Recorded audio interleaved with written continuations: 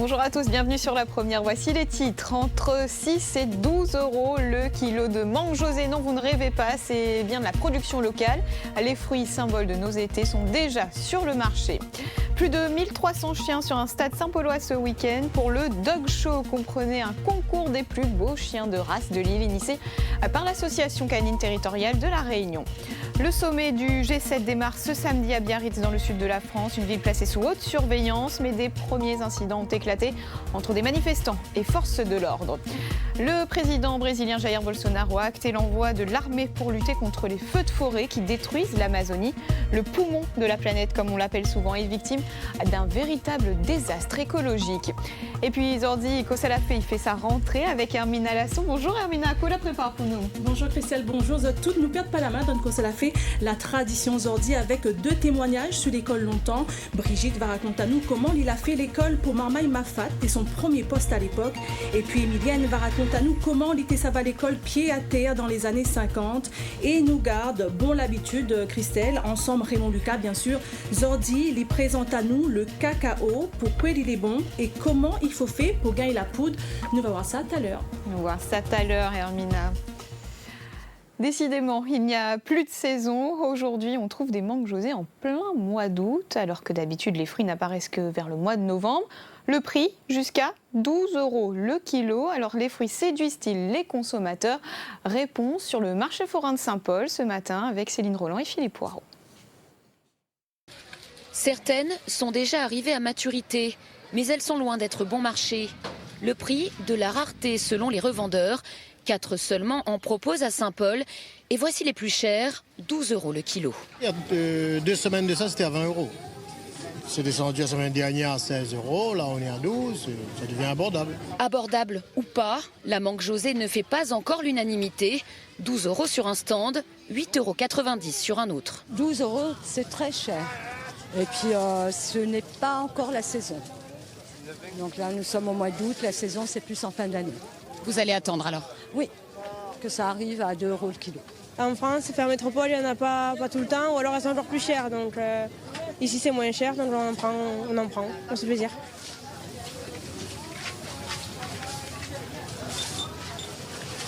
€7,50. C'est un prix qui vous convient? C'est bon, impeccable. Moins cher qu'à Saint-Denis, vous disiez? Beaucoup moins cher qu'à Saint-Denis. Parce qu'à Saint-Denis, comme je vous dis, c'est à 15 euros le kilo, le petit marché. Voilà. Pour moi, oui. Il n'y a pas de souci. Surprise ici, un prix mini, mais des fruits à consommer aujourd'hui. Comme le mangue est un peu ramassé en avance, on est obligé de brader pour liquider, pour pas rosette alors. Elles sont trop mûres? Trop mûr, oui, trop mûr en ce moment-là. Selon les revendeurs ici, la mangue José devrait atteindre un prix raisonnable, entre 2 et 3 euros le kilo, au cours du mois de novembre, selon les conditions météo. Cassent les prix sur leur étal. Des anciens gilets jaunes vendent des fruits et légumes à bas coût, une opération lancée dans la même dynamique que celle qui avait motivé leur mouvement en novembre dernier, à savoir une baisse du coût de la vie. Reportage à Saint-André, Henri Claudelma, Willy Thévenin. Un étal comme tant d'autres sur bord de chemin. Quelques kilos de tomates qu'il reste à vendre, plus forcément les plus belles, mais elles trouvent tout de même preneur. Ben oui, on va tirer la partie piquée et on va manger le reste. Peu importe les imperfections, le critère d'achat est avant tout le prix. Entre 7h et 9h, N'importe qui est mieux. une soixantaine de kilos de tomates et 2 fois plus de melons ont été vendus. Ben oui, il est intéressant, parce que les tomates, pas données en ce moment. Ben oui. Et là, c'est combien le kilo là? Ben 1,50 €, elle a dit moins. Et d'autre côté? Ah ben dans les 3,90 €, 4 €, hein. Ces tomates et ce melon ne sont pas produits par des professionnels, mais par 10 personnes qui se sont rencontrées sur le barrage des Gilets jaunes de la Cocoterie à Saint-André à la fin de l'année dernière. Un agriculteur met à leur disposition un hectare de terre, des conseils et quelques mois plus tard, cette deuxième récolte mise en vente. Ben, nous vendons de monde comme ça quand ça va, je sais pas, Leader Price ou Carrefour ou quoi que ce soit. Ben, l'idée, ben, en bas de Marmaille, les jeunes ont fait l'action au moins. Que les autres essayent de cette manière, aident à nous, ben, c'est l'énergie que nous donne, ben, ils redonnent à nous. Même que les autres disent à nous merci, ben, tant mieux pour nous. Même si nous ne rapportent pas nous autant, ben, voilà, au moins nous fait profit de nous. Tous ont une activité et l'objectif n'est pas d'en tirer un revenu. Oui, l'argent qui rentre, en fait, c'est pour investir dans un repas partage pour les plus démunis. Plutôt en fin d'année, nous attendons toute la recette rentrée, en fait. La semaine prochaine, ils seront encore là pour très modestement satisfaire eux-mêmes leurs revendications d'un coût de la vie moins cher et de plus de solidarité. Ils sont plus d'1 millier à concourir ce week-end pour le plus grand rassemblement du genre. Ils se retrouvent tous à Saint-Paul. Aujourd'hui et demain, ils seront à chaque fois 3 sur le podium. Alors, qui sera le plus beau chien de l'île? Valérie Lussang et Florence Bouchou sont allées à la rencontre des bêtes et de leurs propriétaires. À petite allure ou encore en position statique, ils ont quelques minutes pour séduire le jury. Ici, les boules terriers sont à l'épreuve et c'est Olympus qui gagne pour la plus grande joie de son éleveur. Je participe toutes les années, à chaque fois qu'il y a une exposition. C'est une passion, c'est une très très grosse passion. C'est un investissement, ça fait 15 ans que je fais ça avec ma femme et voilà. Pour ce concours de beauté, 95 races sont représentées. Mais pour les organisateurs, il s'agit aussi de sensibiliser la population à un autre fléau qui touche l'île. Nous aussi, on agit contre l'errance animale. Parce que quand on organise ce genre de manifestation et que les gens qui viennent de plus en plus nombreux, ces gens-là, automatiquement, eux, ils ne vont pas jeter leurs choses dans la rue. Autour d'eux, ils vont discuter avec d'autres personnes, ils vont les amener vers les chiens de race. Et les chiens de race, c'est rare qu'on les trouve dans la rue. Côté public, c'est surtout l'occasion de découvrir des chiens de bonne lignée et bien éduqués. Concours intéressant parce que voilà, c'est multirace et puis pourquoi on est là parce qu'on sait aussi que les enfants ils aiment les chiens et voilà, donc pouvoir un petit peu voir toutes les races représentées et puis pour le plaisir des yeux parce qu'il y a de très très beaux animaux quoi, voilà, tout simplement. J'ai toujours adoré les chiens, donc j'ai bien aimé les concours. Après, c'est vrai que quand tu veux un chien, c'est dur à choisir parce que tu en as plusieurs que tu aimes bien, tu en as d'autres que tu aimes bien. Les organisateurs attendent près de 7000 visiteurs. Les vainqueurs, eux, participeront au championnat de France. La Réunion s'est réveillée sous le soleil ce matin, mais si le ciel est dégagé sur quasiment toute l'île, la mer, elle, est agitée. Comme le week-end dernier, le sud et l'ouest sont sous l'influence de la houle. Des vagues de près de 6 mètres qui viennent une nouvelle fois ensabler le port de Saint-Gilles, et ce, après les travaux d'urgence déjà entrepris par le TCO. Jean-Marc Seguin. Le train de houle annoncé est bien arrivé avec des vagues de 3 à 6 mètres suivant les séries. Des séries qui viennent une nouvelle fois charrier des tonnes de sable dans le chenal du port de Saint-Gilles. Nolan et Johan sont venus tôt ce matin pour skimer, glisser sur les vagues qui viennent sur la plage. Mais avec la marée montante, ils ont vite arrêté. On vient skimer, les vagues sont grosses. Il y a ce qu'on appelle le side aux roches. Et voilà. C'est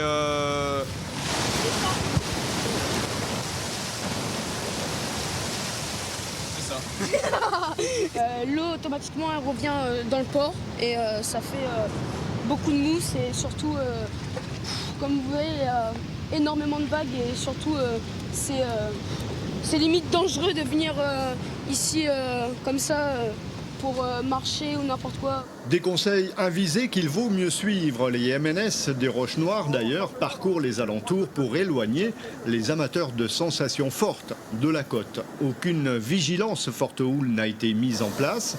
Les sorties en mer ne sont pas interdites, mais aucun navire de tourisme n'est sorti ce matin par prudence. Le matériel pour désensabler le port est toujours sur la plage. Il devrait servir lundi. En bref, un infirmier anesthésiste a mis fin à ses jours sur son lieu de travail la nuit dernière dans les locaux du GHR de Saint-Benoît. A priori pour des raisons personnelles, la direction de l'hôpital affirme tout mettre en œuvre pour comprendre le contexte de son acte. Une cellule d'accompagnement psychologique a été mise en place. Vendredi, dramatique à Mayotte. 3 enfants âgés entre 3 et 7 ans ont perdu la vie hier dans un incendie. D'après les premiers éléments, ils étaient laissés sans surveillance dans une case en tôle dans le quartier de Moandra à Msapéré. Les précisions de nos confrères de Mayotte la Première. Les cris et le désespoir de 2 familles dans cette case en tôle 3 enfants de 7, 5 ans et 4 mois viennent de perdre la vie, les corps calcinés suite à un incendie. Ils étaient seuls au moment du drame. Je suis très attristée par ce qui est arrivé et je ne le souhaite à personne. Tout ce que j'espère, c'est que ça serve de leçon afin que ça ne se reproduise plus. Les premiers voisins qui se sont dépêchés sur place ont dû employer des moyens dérisoires pour circonscrire le feu, mais il était trop tard. Quand on est arrivé, il était impossible d'accéder à l'intérieur du logement. On n'avait pas le choix, on a dû arracher une tôle et il y avait un tuyau d'eau à côté. C'est comme ça que nous avons pu éteindre le feu. Et une fois à l'intérieur, on a vu qu'il était trop tard. On ne connaît pas encore les causes de cet incendie mortel survenu à Mtsapéré, mais selon les premiers témoignages, la première victime serait l'enfant de la propriétaire de la case, les 2 autres d'une voisine qui les avait fait garder le temps d'une course. Direction Maurice maintenant, où des travaux démarrent à Port-Louis pour la construction d'un nouveau terminal maritime. Une structure qui se veut moderne et pouvant accueillir 4000 passagers. L'objectif étant de développer l'espace maritime de la zone. Reportage de la MBC. De par son architecture, il est appelé à faire la fierté de Port-Louis, ce terminal de croisière. D'une capacité de 4000 passagers et d'une superficie de 7500 m², il va opérer selon un système aéroportuaire. Des facilités répondant en plus aux normes internationales selon la Mauritius Ports Authority. Moyen au passage de valoriser le service offert aux lignes maritimes de croisière mouillant en rade de Port-Louis. Nous finons loué le contrat pour la construction de ce terminal et pour un montant de 669 millions de roupies. Et c'est la compagnie CRBC Patco, c'est un joint venture qui décroche le contrat. Et donc le travaux est imminent. Ce terminal de croisière là, elle est unique dans le bassin de l'océan Indien parce qu'il y a un bâtiment, il y a un iconic building. Une fin atteint un peu plus de 61 000 des touristes de croisière et une fin atteint 50% en termes de croissance. Projet qui va booster le secteur des croisières selon les autorités portuaires. Début des travaux dans un mois environ et achèvement attendu en décembre 2020 à terme, un terminal qui contribuera à permettre à ce secteur d'atteindre sa vitesse de croisière. Lutter contre les inégalités, voilà l'objectif central des chefs d'État réunis à Biarritz. Le sommet du G7 démarre ce samedi dans le sud de la France. Mais déjà, hier, ce rassemblement des pays les plus influents de la planète a suscité des tensions. 4 policiers ont été légèrement blessés et 17 personnes interpellées. Reportage. Les premiers incidents ont commencé en fin d'après-midi. À Urugne, à proximité de la frontière espagnole, certains manifestants ont bloqué des routes. La tension monte lorsque des projectiles sont lancés. Les forces de l'ordre répliquent avec des gaz lacrymogènes. Des affrontements à seulement quelques mètres d'un campement anti-G7. C'est ici que sont réunis des milliers d'opposants au sommet, pour la plupart de façon pacifique. Parce que moi, je suis là depuis 2 jours et vraiment, c'est inscrit dans tous nos documents. On est là vraiment pour changer le monde, mais dans le bon sens. On n'est pas des terroristes, on n'est pas des combattants. On est là pour le bien-être des générations futures, quoi. Au total, 17 personnes ont été interpellées, 4 policiers ont été légèrement blessés.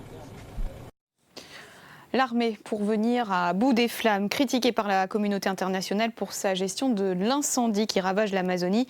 Jair Bolsonaro a décidé de mobiliser les troupes pour tenter de maîtriser le brasier dans une zone où déjà plus de 75 000 départs de feu ont été enregistrés depuis le début de l'année. Pierre Barbin. Heure par heure, minute par minute, le feu continue sa progression en Amazonie. Plus de 700 nouveaux départs enregistrés ces 24 dernières heures. Pour tenter d'arrêter cet incendie, le président brésilien Jair Bolsonaro va envoyer l'armée, comme une réponse aux pressions croissantes subies par le pays. Les incendies de forêt existent dans le monde entier et cela ne peut pas servir de prétexte à d'éventuelles sanctions internationales. Hier soir, au Brésil, des milliers de manifestants se sont rassemblés dans les rues. Élu il y a 1 an à peine, Bolsonaro est aujourd'hui mis en cause par son peuple, qui lui reproche sa politique environnementale. À Rio ou Sao Paulo, des slogans pour sauver l'Amazonie. Bolsonaro a tout de même reçu un soutien de poids, celui de Donald Trump. Le président américain s'est dit prêt à aider son homologue dans la lutte contre ces incendies. Le poumon de la Terre, c'est la formule la plus employée pour parler de la forêt amazonienne. Une formule pas tout à fait exacte, mais quoi qu'il en soit, la zone souffre et les incendies qui ont lieu actuellement vont bien au-delà du simple feu. C'est un véritable désastre écologique aux conséquences tragiques. Claire Colnet. Un territoire grand comme 8 fois la France, essentiel à l'équilibre de la planète. La forêt amazonienne, ce sont 5 500 000 km², répartis entre le Brésil principalement, la Guyane, la Colombie, le Pérou et 5 autres pays. Un sanctuaire de biodiversité unique au monde, plus d'1 million d'espèces animales, certaines en voie d'extinction, 45 000 variétés de plantes. Pour les scientifiques, un laboratoire de recherche qu'il faut protéger impérativement. La plus grande forêt tropicale du monde, ça veut dire que c'est des forêts qui ont beaucoup plus d'espèces. Une forêt européenne a environ 10 espèces à l'hectare, là-bas c'est 150. Des arbres beaucoup plus gros, donc ils stockent beaucoup plus de carbone, donc c'est une énorme réserve de carbone, de CO2 et de biodiversité. Un maillon essentiel dans la sauvegarde des espèces. Quel est le rôle de l'Amazonie dans la régulation du climat ? Contrairement aux idées les plus répandues, ce n'est pas le poumon de la planète, selon un bon nombre de scientifiques. Ce sont les océans qui jouent ce rôle. Mais ces 390 milliards d'arbres restent indispensables pour absorber les gaz à effet de serre. La déforestation, liée à l'agriculture ou aux incendies, représente une menace grandissante. Ça va participer à l'accumulation de gaz à effet de serre, donc ça va participer à l'augmentation de la température moyenne de la planète. C'est pour ça qu'il faut se battre pour l'Amazonie. L'Amazonie, ce sont aussi 3 millions d'Indiens, 420 tribus, dont les modes de vie sont directement menacés par les changements d'équilibre qui se dessinent en ce moment. On passe au sport à moins d'1 mois de la Coupe du Monde de rugby. L'Écosse a une revanche à prendre contre les Bleus. Le 15 de France espère lui confirmer sa large victoire de la semaine dernière. Et cette fois, le match se joue à Édimbourg et les Français devront faire face à une équipe écossaise remaniée. Arnaud Moreau. Samedi dernier, face à l'Écosse, le 15 de France a déroulé. Des actions rapides, précises, de longues séquences de jeu. Les supporters n'avaient pas vu ça depuis longtemps. À l'entraînement, cette semaine à Nice, une seule obsession, reproduire cette fluidité. Deuxième rencontre face à l'Écosse, 5 changements chez les titulaires, dont l'arrivée du deuxième ligne, Arthur Ituria. Ça ne jouera pas toujours à la baballe, il n'y aura pas toujours 30 points de marqués et c'est important de savoir où on en est aussi sur ce plan-là. Les Bleus partent dans l'inconnu pour cette rencontre. L'Écosse a quasiment changé tout son effectif. Seul ombre au tableau côté français, le forfait du centre Wesley Fofana et l'absence du deuxième ligne Paul Gabriag. Sanctionné pour cette action samedi dernier, il pourrait manquer les 3 premiers matchs de la Coupe du Monde. La France a fait appel de cette décision. La rencontre à suivre à partir de 16h sur France 2. Fiodor, c'est le nom du premier robot russe envoyé dans l'espace, un robot aux allures d'humain qui devra réaliser plusieurs missions pour tester ses capacités dans différentes situations. Et à plus long terme, ce type de machine pourrait servir dans le cadre de sorties dans l'espace lointain. Regardez. Fedor s'est envolé jeudi de Baïkonour, au Kazakhstan, à bord d'une fusée Soyouz, comme l'aurait fait n'importe quel cosmonaute. Avant son premier voyage dans l'espace, il a aussi été soumis à un entraînement intensif pour se préparer à sa mission. Ce séjour dans l'ISS est véritablement un test pour voir comment ces machines s'intègrent au sein d'un équipage et comment elles opèrent en apesanteur. Car à terme, l'idée est bien évidemment de confier à Fedor et à ses semblables des missions d'exploration de l'espace, missions périlleuses et dangereuses pour les hommes. Pour le moment, le robot est entraîné à reproduire des mouvements humains, manier des outils, des leviers de commande. Fedor n'est pas le premier androïde à évoluer dans l'espace. Robonaute de la NASA a passé 7 ans à bord de l'ISS. Kirobo de l'agence japonaise a également séjourné en orbite. Aucune de ces machines n'a encore effectué de sortie autonome hors de la station spatiale. Ce devrait être la prochaine étape pour ces robots qui seront aux avant-postes dans les missions d'exploration lancées dans la décennie à venir vers Mars. Les premières tentatives échouées, Fiodor n'est pas parvenu ce samedi à arriver à la station spatiale internationale à l'heure prévue à bord du vaisseau Soyouz qui le transporte depuis jeudi. Allez, il est l'heure de la rubrique que vous attendez tous. Place au Que ça l'a fait.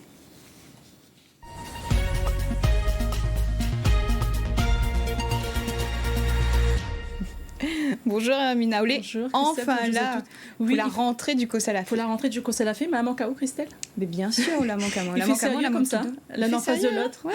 Nous la remanier un peu. Oui, mais bien, bien. Alors oui, c'est la rentrée de Que ça l'a fait. Et Zordi nous colle sur l'école longtemps. Christelle, est-ce que où on a un petit souvenir de l'école côté en primaire? Mais tu adores l'école. Où tu aimes l'école? Ah oui. Ah, où tu amènes bouquet fleurs pour maîtresse? Peut-être pas jusque-là, mais tu aime aller à l'école, tu es assise premier rang, enfin voilà quoi. Ah, moi, mon petit souvenir, c'était l'odeur cahier, mais quand on sort l'odeur crayon, là, ça rappelle où le temps longtemps. Et justement, on a 2 témoignages sur l'école longtemps. Ma partie voir Emilienne Baster. Elle raconte à moi comment tu se passe dans les années 50. Et puis, nous aura aussi le témoignage de Brigitte, une enseignante à la retraite à Longardé. Son banc de souvenirs, elle est là, posée sur la table. Brigitte, les institutrice à la retraite, dans son époque, n'était pas encore professeur des écoles. Son premier l'année, il était mafat, il avait 21 ans. Le premier jour, c'était un peu le haut, quoi, parce qu'on arrive, on ne connaît pas personne. C'était la première fois que j'ai fait une marche à pied pour arriver dans le mar-là. Le temps n'était pas ça, brouillard, la pluie. Et puis on arrive, on trouve un petit école. À l'époque, les sociétés n'avaient pas rien, quoi. On avait éclairé la bougie, donc premier choc. On arrive et puis le lendemain matin, on prend le poste et on voit une dizaine de marmailles. C'est de tout âge, disons 3 ans jusqu'à 13-14 ans. Tout est dans la même classe? Tout est dans la même classe. Chose qui n'était pas facile parce qu'avoir 13 marmailles, 13 niveaux. Après, il a fait l'école Temps Rouge et Guillaume, Saint-Paul. Et Climarma était peu cause créole comme français. Le matin, quand les enfants y arrivaient, c'était des déballages, des autres vécus avec votre langue, c'est-à-dire que avec votre mot, votre propre mot. Ils ne cherchaient pas à dire moi, je, c'était votre propre mot utilisé pour raconter ce que vous avez vu, ce que vous avez fait. Et après, petit à petit, ils me disaient bon, maintenant, il y a cette façon de dire, mais il y a une autre aussi façon de dire, c'est le français. Le créole ne pose pas problème non plus dans son époque. Emilienne y habite Basse-Terre. Il a parti l'école dans les années 50. Point de photo, mais son souvenir est intact dans son tête. Le grand matin, ça avait pris ça. Ça nous avait un vieux cylindre. Les rabans, nous la connaissons tout, madame. Pas connaître tout. Mais nous mettons les rabans, nous. Petit culotte, toile écrit. Des boutons là, des boutons derrière. À un moment, tu fais ça. Tu vas voir en l'air. À pied. Et point sabat, les points souliers, point rien, ça. Il apparaît longtemps sur le bord de l'école. Il a quitté, il avait 10 ans. Ça nous plaît, à un moment, ben, nouvelle école, dit non, allez, travaille. Coupe-corne, gratter, lève la paille, mettre l'engrais, plante maïs, casse maïs. Et nous avons fait nous ça. Hein. Ah, où tu aimes l'école? Ah ben oui, l'école nous t'apprendre. Comment on l'a dit, on avait point les stylos, et point ici, on avait crayon. Fallait une ma bonne mère là-bas. Comment ils appellent encore ça? Ah, les mêmes coco, connaît même où. Avec ils sont bons grands crayons. Grand pic là. Oui, grand pic. T'es savane terrasse, t'es porté ponnier pour nous gagner écrit. Après, quand on finit écrit à massa, là, il y a massa dans une boîte des allumettes. Pour pas maman, ils volent. Après, il y avait la cantine? Ah oui! Il y avait point. Consentement, que le maïs cassé, on te ment maïs là dans le chining. Gros pois, vous mangez ça ou? Vous mangez où?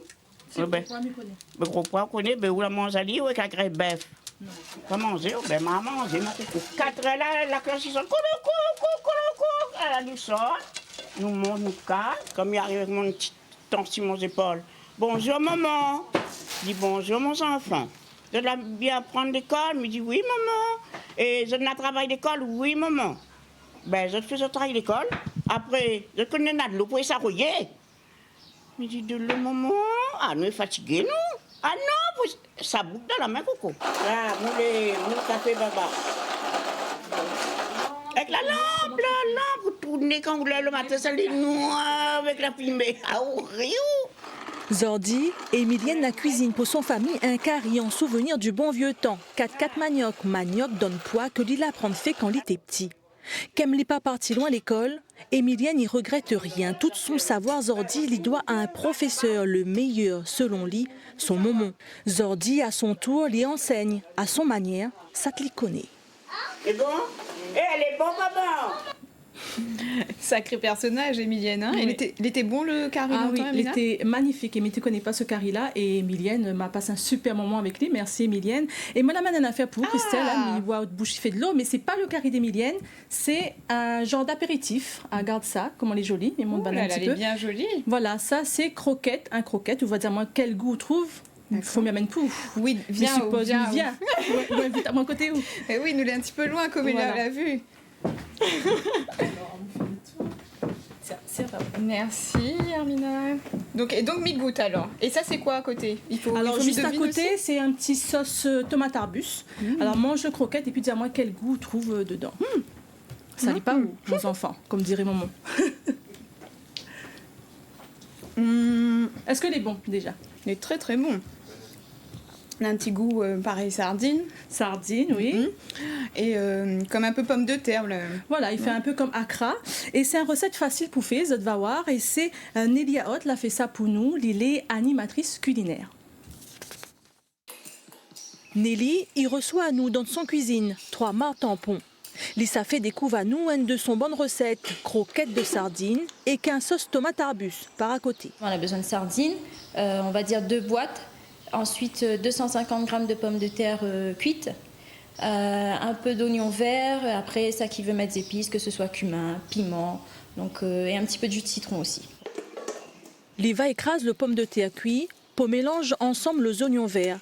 Liva rajoute son bonnes épices, sel, piment sec et poivre sauvage de Madagascar pour son gaillard petit goût. Lila découvre son amour pour la cuisine quand elle était étudiante. C'est comme un parti en voyage en Espagne pour mes études pendant 1 an, en fait, dans le sud de l'Espagne, que m'a rendu compte que la Réunion, il manquait à moi beaucoup, quoi. Et c'est comme ça que quand papa et maman ont envoyé un de colis, saucisses, boucanets, tout ça, que m'a commencé à cuisiner là-bas. Et en 2012, m'a commencé à travailler en tant que professeur d'espagnol. Et puis voilà, ma passion pour la cuisine a continué, mais c'était juste une passion. Et puis en 2015, m'a créé le blog La Petite Graine de Paradis pour pouvoir mettre mes recettes en ligne directement et pour que les gens aient accès en fait à ce que moi m'y aime cuisiner. Bon, il fait des boulettes de cette taille-là à peu près. Zordi, il est animatrice culinaire. Il fait des ateliers pour particuliers et pour bonnes entreprises. Quand il finit forme son bonne boulette, il passe à l'étape de la panure. Pour la panure, il faut des œufs, de la farine et de la chapelure ou du pain mixé. Le boulette sera frit dans l'huile bien chaude, juste le temps pour les bien dorer. Une fois son bonne croquette sardine est prêt, il prépare son sauce tomate arbus, tomate que Lila fait bouillir et que Lila pluché. Mi mixe avec les oignons, le zeste de citron galé et combava, un petit peu d'huile aussi et un petit peu de sucre. Mi met du sucre dedans pour essayer un petit peu de caler l'acidité des tomates arbus parce que c'est vrai qu'il est assez acide. Donc voilà, après un peu il dérange pas d'autres, mais et puis il permet aussi de faire une petite sauce un peu sucrée-salée en fait. Son croquette de sardine sera joliment décorée. Un plat facile pour faire qui peut être servi en apéritif, en entrée ou encore en plat principal. Que était bien bon, effectivement, on a l'air facile. Vous l'avez fait où non, mais il pourrait faire, mais il faut savoir, Christelle, que c'est moi qui a fait le panure ce matin pour. Parce qu'il a dans ma préparation, moi l'a fait le panure et m'a fait frire dans l'huile. Et tout ça là, donc oui. Si c'est pas de l'amour. Merci en tout cas. Et pour ça t'es intéressé par la recette, il peut retrouver la recette sur son page Facebook, Petite Graine de Paradis de Nelly. Notre l'artiste, il danse aujourd'hui. Danseuse professionnelle, Kala, danse depuis qu'il est petit et il fait de la danse urbaine à Longueur-d'Ali. Il est professeur, donc chorégraphe, aussi coach et conceptrice d'événements urbains.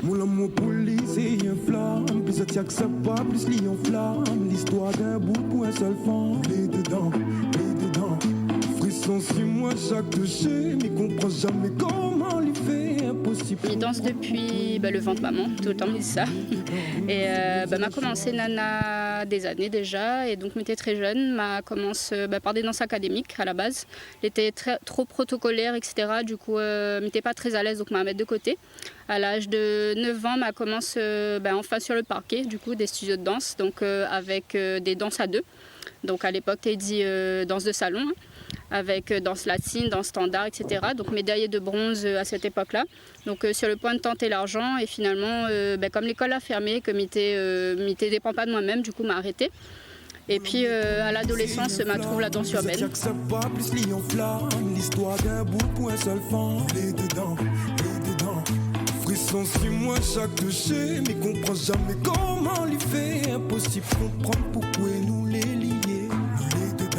T'imagines jamais un jour devenir professeur en fait, et du coup les choses l'a fait comme ça, c'est par des rencontres, etc.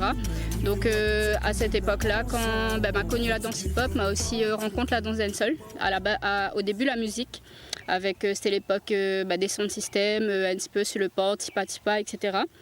Et puis aussi, on avait des amis qui chantent, du coup, je suis un peu dans les mouvements et tout ça.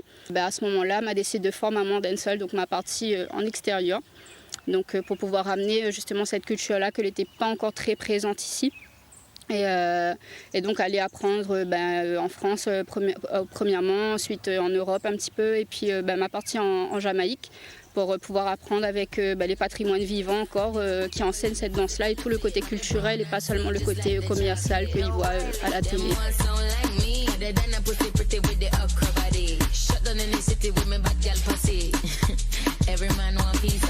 Mes cours, c'est principalement ado-adulte. À côté de ça, il y a d'autres projets un petit peu plus artistiques, on va dire, plus que pédagogiques, où ça, il essaye d'amener les gestuels justement urbaines que moi j'ai appris, avec modeler un petit peu avec tout ce qui est un petit peu plus local en sonorité, tout ça là.